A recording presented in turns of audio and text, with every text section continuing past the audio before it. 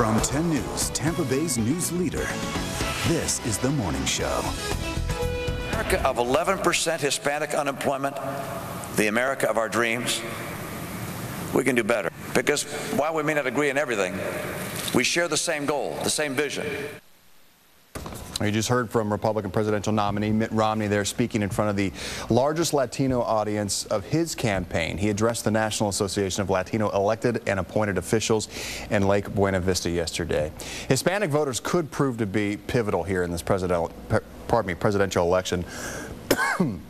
Romney made promises aimed to strengthening immigration and immigrant families. He also proposed green cards for students earning advanced degrees and citizenship for those who serve in the U.S. military. And President Obama will speak in front of that same group in Central Florida today. Then he'll head over towards us here in the Bay Area. This is where he has a grassroots event on the Dale Mabry campus of HCC. And Attorney Bill Flynn joins us now this morning. His specialty, immigration law. And Bill, so what does the president's new immigration policy mean here for thousands of illegal immigrants who are in the country now? Well, it opens the door for people who might have come in when they were infants with their parents, maybe some high school valedictorians, but it gives them at least a 2-year temporary period to get an employment card, and then we'll see what happens. Probably some federal legislation will come during that time. And President Obama came out yesterday with a big political move. Obviously, it's all about strategy at this point. What does that mean? Well, Governor Romney, of course, has weighed in and said he's going to supersede. He's going to supersede it, right? Yeah.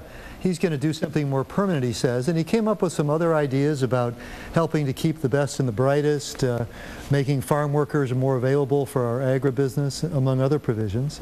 Since Obama, he bypassed Congress. This is right off the wires, but bypassed Congress to immediately stop deportations, instead grant work permits to an estimated 800,000 young illegal immigrants.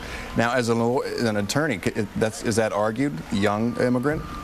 Well, it's one of those things that there will be some parsing, I'm sure, depending on who gets elected and where it goes.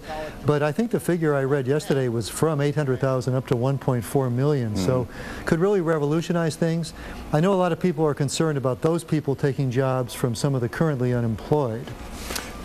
Go ahead with that. I'm sorry. No, please. I didn't mean to cut you up. So where do we go from here? If we move forward with Obama's legislation and what his executive order, and he remains in the White House, how does that affect you as an immigration law? Well, I think we'll get busier because a lot of families will come forth. Probably most people in my business have a roster of people we can help when legislation finally comes. So although this is not per se legislation, it's a directive from the president. Right. It will give authority for people to move forward, and so I imagine immigration lawyers will become busier. I was just going to say, you're going to remain very busy. Mr. Flynn, thanks for being with us this morning. I know it's early. We do appreciate your insight on this very topic. And remember, you can stay with 10 News for in-depth coverage of the president's visit throughout the day. Once again, Obama is set to speak at HCC. That'll be 3:35 this afternoon. 10 News anchor Heather Van Ness and reporter Eric Glasser will be covering this event live on campus. That begins at 5 tonight. And of course, you can always go to WTSP.com for all updates for his arrival, and you can see his entire speech all at WTSP.com.